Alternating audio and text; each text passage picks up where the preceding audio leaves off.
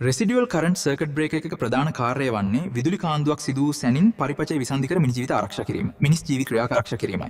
සාමාන්‍ය තත්ත්වයක් යටතේ උපකරණයක් වෙත ෆේස් රැහැන හරහා ගලා යන ධාරාව සහ නැවත නියුට්‍රල් රැහැන හරහා පැමිණෙන ධාරාව සමාන විය යුතුය.